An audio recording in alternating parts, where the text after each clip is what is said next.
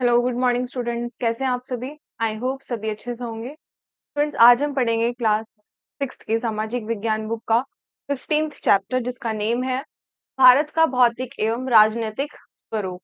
तो स्टार्ट करते हैं चैप्टर। भारत का परिचय देख लेंगे पहले। भारत हमारी मातृभूमि है और यह देश अति प्राचीन है, जहाँ लगभग 5000 वर्ष पूर्व विश्व की प्राचीनतम नदी घाटी सभ्यताओं में से एक का विकास हुआ और यहाँ अनेक वंशों तथा जातियों के लोग बाहर से आकर बस गए हैं। और इनके अतिरिक्त यहाँ अनेक लोग पहले से भी निवास कर रहे थे, जिसकी अनुभूति हमें देश में पाए जाने वाले अनेक धर्मों, भाषाओं तथा संस्कृतियों से होती है। भारत पूर्वी गोलार्ध में स्थित एशिया का दक्षिणी मध्य भाग है। हिंद महासागर के शीर्ष पर स्थित होने के कारण इसकी विशेष भौगोलिक स्थिति प्राचीन काल से ही समुद्री व्यापार के लिए उचित है। सुएज नहर के खुलने के पश्चात इसका व्यापार यूरोपीय देशों के साथ और भी उन्नत हो गया है। अफ्रीका के केप ऑफ गुड होप के द्वारा यह उत्तरी और दक्षिणी अमेरिका से जुड़ गया है और यह महत्वपूर्ण वायु मार्गों के द्वारा यूरोप व अफ्रीका में माध्यम से पूर्वी एशिया और ऑस्ट्रेलिया से जुड़ गया है। भारत की मुख्य भूमि तीन ओर से जल से घिरी होने के कारण यह एक बड़ा प्रायद्वीप है और इसके पश्चिम में अरब सागर, पूर्व में बंगाल की खाड़ी तथा दक्षिण में हिंद महासागर है। और मुख्य भूमि से हटकर बंगाल की खाड़ी और अरब सागर में भी कुछ द्वीप हैं, जो भारत के अभिन्न अंग हैं। भारत का कुल क्षेत्रफल 32.8 लाख वर्ग किलोमीटर है और उत्तर में स्थित कश्मीर से लेकर दक्षिण में स्थित कन्याकुमारी तक इसका विस्तार 3214 किलोमीटर है। और इसी तरह पूर्व में अरुणाचल प्रदेश से लेकर पश्चिम में पोरबंदर तक यह लगभग 2933 किलोमीटर क्षेत्र में फैला है। भारत का विस्तार की बात करें तो भारत विश्व का 7वां सबसे बड़ा देश है और इसका क्षेत्रफल विश्व के कुल क्षेत्रफल का 2.4% है। भारत का क्षेत्रफल 32,87,283 वर्ग किलोमीटर है और यह पूर्व से पश्चिम तक 2933 किलोमीटर तथा उत्तर से दक्षिण तक 3214 किलोमीटर में फैला है। ये समस्त स्थल सीमा 15,200 किलोमीटर है तथा लक्षद्वीप समूह और अंडमान निकोबार द्वीप समूह के सागर तट सहित कुल समुद्र तट की लंबाई इसकी 7,516.6 किलोमीटर है। और भारत का दक्षिणतम बिंदु इंदिरा पॉइंट निकोबार द्वीप समूह में स्थित है और यह विषुवत रेखा के समीप है और यह 6.045 मिनट उत्तरी अक्षांश पर स्थित है। भारत की सीमाएं की बात करें तो भारत की उत्तरी सीमा हिमालय पर्वत से घिरी है और जिसके दूसरी ओर चीन, नेपाल तथा भूटान स्थित है। पूर्व में पर्वतों की श्रेणियां इसे म्यांमार से पृथक करती हैं और पूर्व में ही इसकी सीमा बांग्लादेश से जुड़ी हुई है। पश्चिमी सीमा के साथ पाकिस्तान तथा अफगानिस्तान लगे हुए हैं। दक्षिण में इसके एक और अरब सागर तथा दूसरी ओर बंगाल की खाड़ी है तथा बीच में हिंद महासागर है और मन्नार की खाड़ी तथा पाक जलडमरू मध्य इसे श्रीलंका से पृथक करते हैं। और भारत के अंडमान निकोबार द्वीप समूह बंगाल की खाड़ी में है तथा लक्षद्वीप अरब सागर में स्थित है। भारत के निकटवर्तीय दक्षिण पूर्व एशियाई देशों में मलेशिया, थाईलैंड और इंडोनेशिया है। भारत के पड़ोसी देश की बात करें, भारत अपनी भूमि सीमा अन्य 7 देशों से बांटता है और इसकी एक सार्वजनिक सीमा है। चीन, नेपाल तथा भूटान उत्तर में स्थित है। पाकिस्तान तथा अफगानिस्तान उत्तर पश्चिमी सीमा के साथ जुड़े हैं।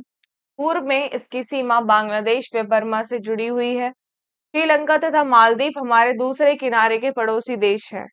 भारत श्रीलंका एक बहुत पतली जल खरोच जिसे पाक जलडमरू मध्य कहते हैं और इससे पृथक होता है। भारतीय महाद्वीप में भारत के अतिरिक्त पाकिस्तान, नेपाल, भूटान एवं बांग्लादेश सम्मिलित है, क्योंकि ये सभी हिमालय पर्वत द्वारा एशिया के शेष भाग से अलग होकर एक विशिष्ट भौगोलिक इकाई बनाते हैं।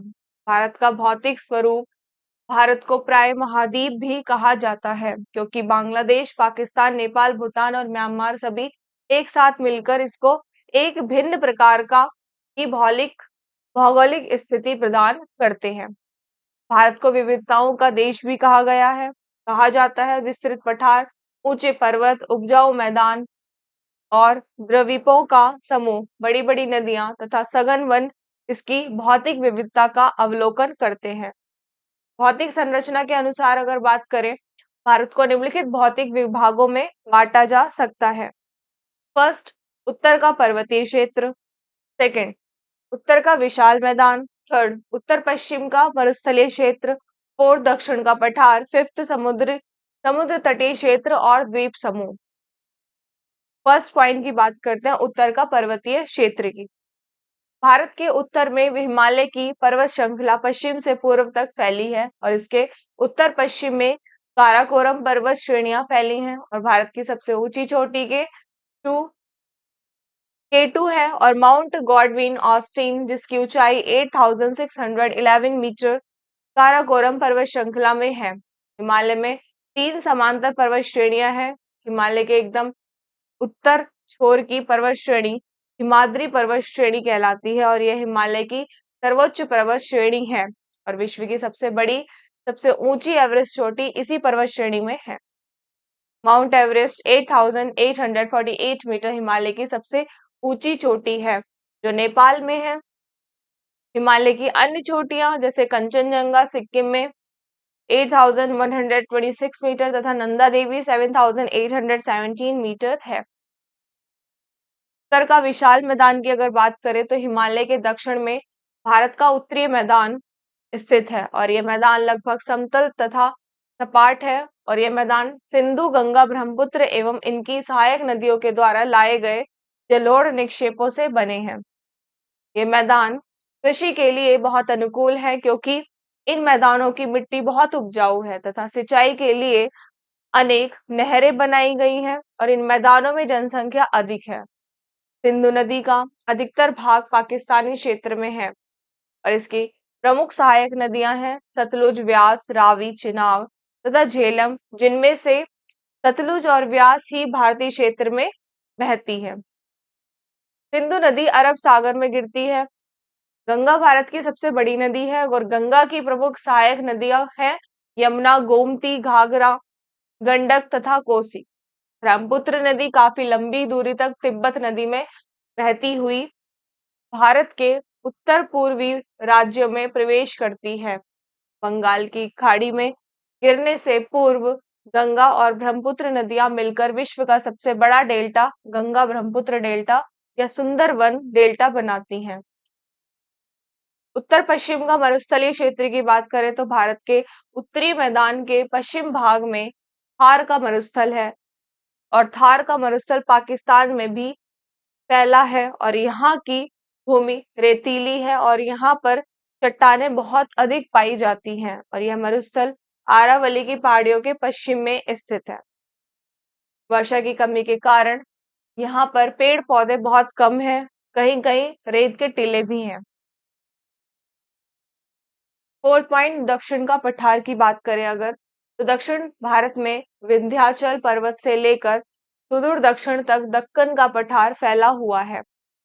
पठारी तथा दुर्गम भागों के कारण यहाँ पर मराठे जैसी लड़ाकू जाति फली फूली और द्रविड़ संस्कृति ने इस प्रदेश को आलोकित किया और उत्तर भारत और दक्षिण भारत के मध्य दक्कन के पठार ने सीमा का काम किया और एक दूसरे भाग की पृथकता ने देश के सांस्कृतिक विभिन्नता में एकता का विकास किया और यह पठार आग्नेय एवं कायांतरी चट्टानों से बना है। समुद्र तल में इनकी औसत ऊंचाई लगभग 600 मीटर है और इस पठार पर बहुत सी नदियां बहती हैं। नर्मदास और ताप्ती नदियां पश्चिम की ओर बहती हुई अरब सागर में गिरती हैं। महानदी गोदावरी, कृष्णा और कावेरी नदियां पूर्व की ओर बहती हुई बंगाल की खाड़ी में गिरती हैं और ये अपने मुहानों पर उपजाऊ डेल्टा बनाती हैं।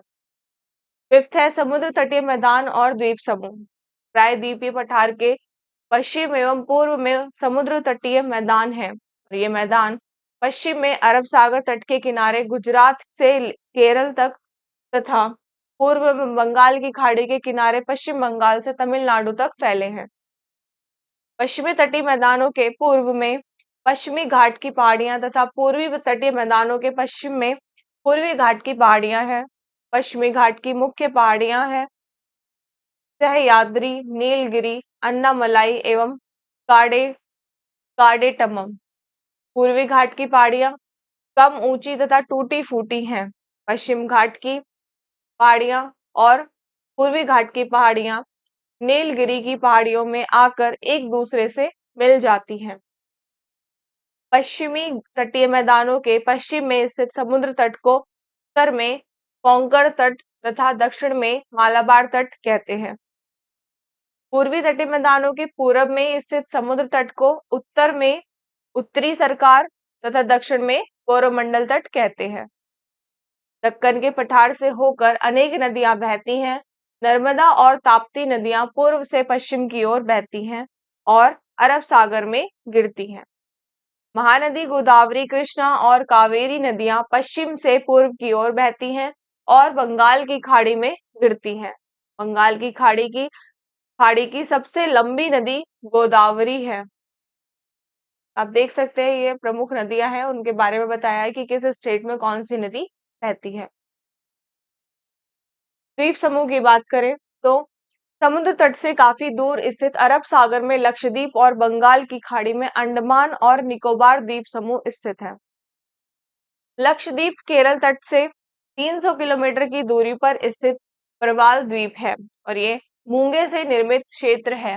और इसके विपरीत बंगाल की खाड़ी में अंडमान और निकोबार द्वीप समूह भारत के मुख्य स्थल से दूर स्थित है और इनका निर्माण ज्वालामुखी के विस्फोटन से हुआ है। भारत का क्रियाशील ज्वालामुखी बैरन द्वीप अंडमान निकोबार का ही भाग है और इन सभी द्वीपों में आबादी बहुत कम है। उत्तरी भारत के पर्वतों और दक्कन के पठार की पर्वतीय श्रृंखलाओं की तुलना अगर करें तो उत्तरी भारत के पर्वत जैसे कि ये युवा वलित पर्वत है। दक्कन के पठार के पर्वतीय श्रृंखला ये अधिकतर ज्वालामुखी से बने प्राचीन पर्वत है। दूसरा, इन पर्वतों की बहुत ऊंची चोटियां हैं और ये चोटियां अपक्षीण हैं और जो कि बहुत ऊंची नहीं होती हैं। की बात करें तो खनिजों के संदर्भ में ये अधिक धनी नहीं है और ये पर्वत खनिजों के संदर्भ में धनी है। ये उत्तर भारत में स्थित है और ये दक्षिण भारत में स्थित है। इनमें हिम से ढकी चोटियां, हिम नदियां और दर्रे हैं और इनमें से ढकी चोटियां, हिम नदी और दर्रे नहीं है। भारत के पूर्वी और पश्चिमी तट में अगर तुलना करें तो एक कॉलम हमने पूर्वी का बनाया और एक पश्चिमी तट का। तो पूर्वी तट या पश्चिम तटीय पट्टी से चौड़ा है और ये पूर्वी तटीय पट्टी जितना चौड़ा नहीं है। यहाँ वर्षा कम 100 से 105 सेंटीमीटर होती है और यहाँ पर जो भारी वर्षा होती है 200 सेंटीमीटर तक होती है। यह पट्टी कम उपजाऊ है और यह पट्टी बहुत उपजाऊ है। इस पट्टी पर गर्मी और सर्दी दोनों ऋतुओं में वर्षा होती है और इस पट्टी पर अधिकांशतः गर्मी की ऋतु में वर्षा होती है। यह बंगाल की खाड़ी और पश्चिमी घाट के मध्य पड़ता है और यह अरब सागर और पूर्वी घाट के मध्य पड़ता है। इसकी सिंचाई महानदी गोदावरी, कृष्णा और कावेरी नदियों से होती है और इसकी सिंचाई नर्मदा और ताप्ती नदियों से होती है। भारत के भौगोलिक क्षेत्र का महत्व जानेंगे कि क्या महत्व है हमारे भारत में भौगोलिक क्षेत्र का। तो उत्तरी भारत में सिंचाई के लिए प्रयोग होने वाले जल और अन्य उद्देश्यों जैसे कि जल विद्युत के लिए हिमाचल जल के स्रोत का कार्य करता है और भवनों और चिकित्सकीय जड़ी बूटियां भी हिमाचल क्षेत्र में पाई जाती हैं और ये श्रेणियां आकर्षक पर्यटक सौरगाहों के साथ ही विभिन्न प्रकार के वन्य जीवों को शरण स्थल भी प्रदान करती हैं। उपजाऊ भूमि से बने उत्तरी मैदान सर्वाधिक रूप से कृषि के लिए प्रयोग होते हैं और यहाँ आबादी घनी व समृद्ध पाई जाती है और ये मैदान भारतीय सभ्यता के अवलंब के रूप से में प्रसिद्ध है। देश के दक्कन पठार के दक्षिणी क्षेत्र में विभिन्न प्रकार के खनिज समाहित हैं। तटीय स्थल देश के औद्योगिकरण में सहायता करते हैं और तटीय क्षेत्र और डेल्टा उपजाऊ स्थल है जो कि कृषि को समर्थन देते हैं। दक्षिण भारत के मसाले विदेशी मुद्रा प्राप्ति के महत्वपूर्ण स्रोत हैं और इस प्रकार भौतिक विभिन्नता के बाद भी भारत एकल भौगोलिक इकाई है और देश में सांस्कृतिक और भौगोलिक भिन्नता के बावजूद एकता विद्यमान है और इसी एकता के द्वारा भारत एक सूत्र में बंधा है। बढ़ती हुई जनसंख्या का पोषण करने के लिए प्राकृतिक स्रोतों का अत्यधिक शोषण किया जा रहा है। कृषि हेतु जंगलों को साफ किया जा रहा है और खनिजों के लिए खदानें खोदी जा रही हैं।